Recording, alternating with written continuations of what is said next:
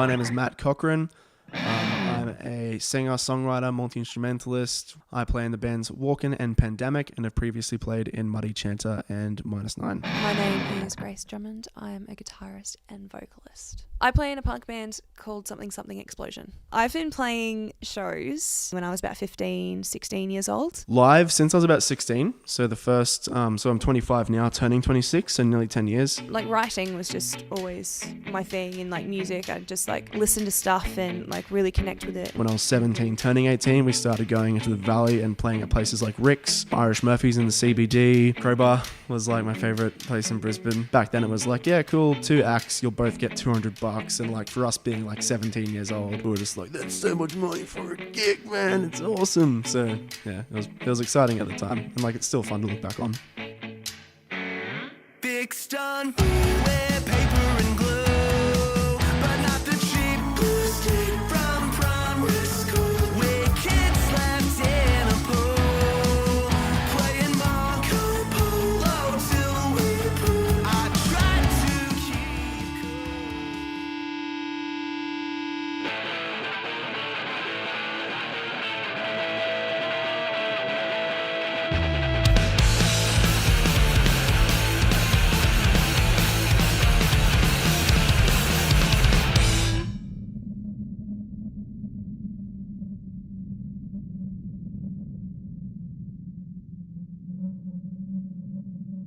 Yeah, so in terms of coronavirus, like, I don't really think anyone saw that happening like the way it has. I didn't expect it, and it sucks. Like, I even made like dumb Facebook posts about it, like joking about it. And then now looking at the gravity of the situation, I'm just like, holy crap, like it's affected everyone. Like it's just history repeating, which is very, very unfortunate for everybody involved.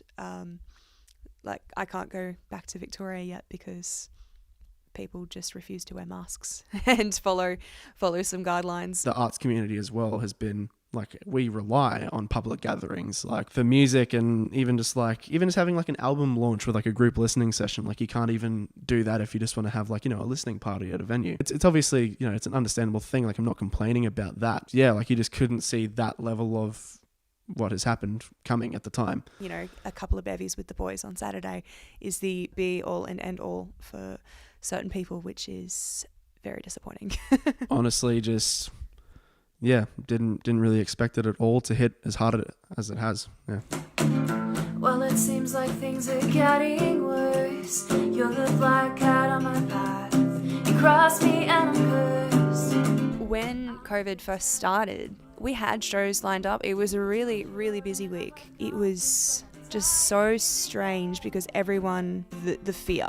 We were also very cautious. You know, we took in hand sanitizer and we were trying to distance ourselves from people, but that's really hard to do at a show. And some people were just totally careless about it. The next night we played with Lagwagon. It was packed. People were just so casually like, let's get a photo. And I'm like, cool, let's get a photo. And I'm trying to like not touch people. Even for us as a local band, like we lost a couple $1,000s worth of gigs, and that was just a 2 months worth of gigs that got cancelled, let alone stuff that was down the pipeline that was yet to be confirmed. That was literally out of 3 gigs, like we lost a couple K, and that's like pretty huge. It's like, oh, okay, cool. We got a single that we need to come out. We had to push that back by like 2 months because that was going to come out in April. Ends up coming out in June. We have no budget for a video. We're not on high earning salaries, and we can go, yeah, $5,000 for PR. Let's just.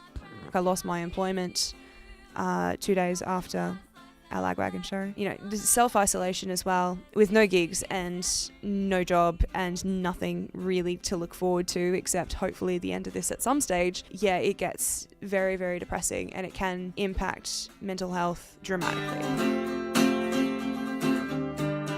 Live streaming our music was really interesting. That was a cool learning curve, just in terms of being able to play, and like even having the stream there, you can still read comments, so it's like bantering with the audience, which was really interesting. It's definitely not the same feeling.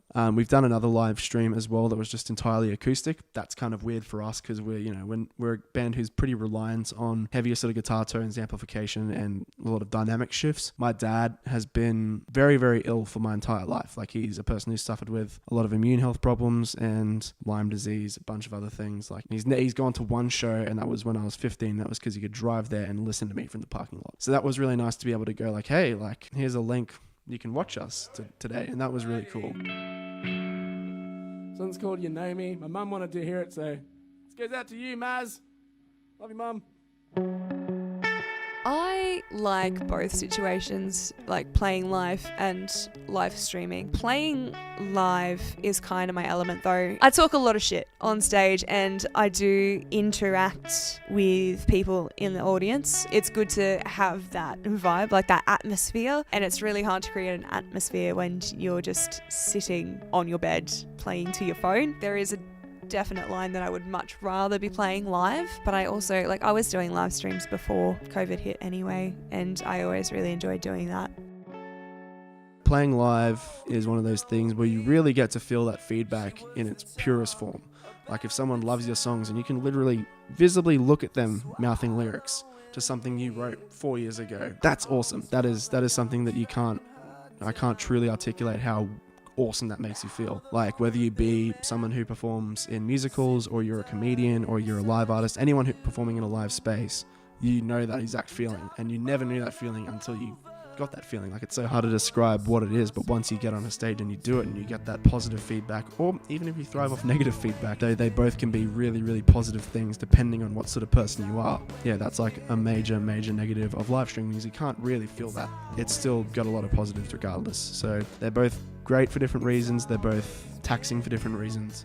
It just honestly depends what sort of person you are and what you thrive off. I think it's going to be a very, very tricky return. You do have to think about the logistics of it. It's just hard to imagine like what it's going to be like, and I feel terrible for people who work in the venues who have lost their jobs because the venue is struggling to stay open, let alone pay people. I really think we will feel the repercussions of this for a few more years, like at least. Even if things start getting better, it's still done so much damage to so many people. I hope that higher up companies and even governments start actually learning the repercussions of things like these and taking it more seriously. It's a blessing in disguise. As hard as it hits for everyone, at least we know that this can happen, and we shouldn't, assume it's never going to happen, because it already has.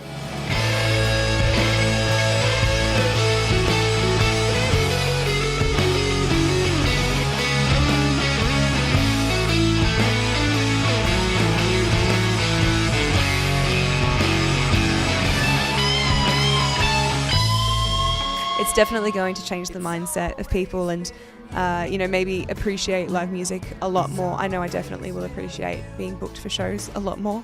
When the world returns to normal, I definitely feel like I will not take concerts for granted. Yeah, people miss like resonating in the moment with songs that they love. I really hope that people have a greater appreciation for what live music does to our culture and us as people.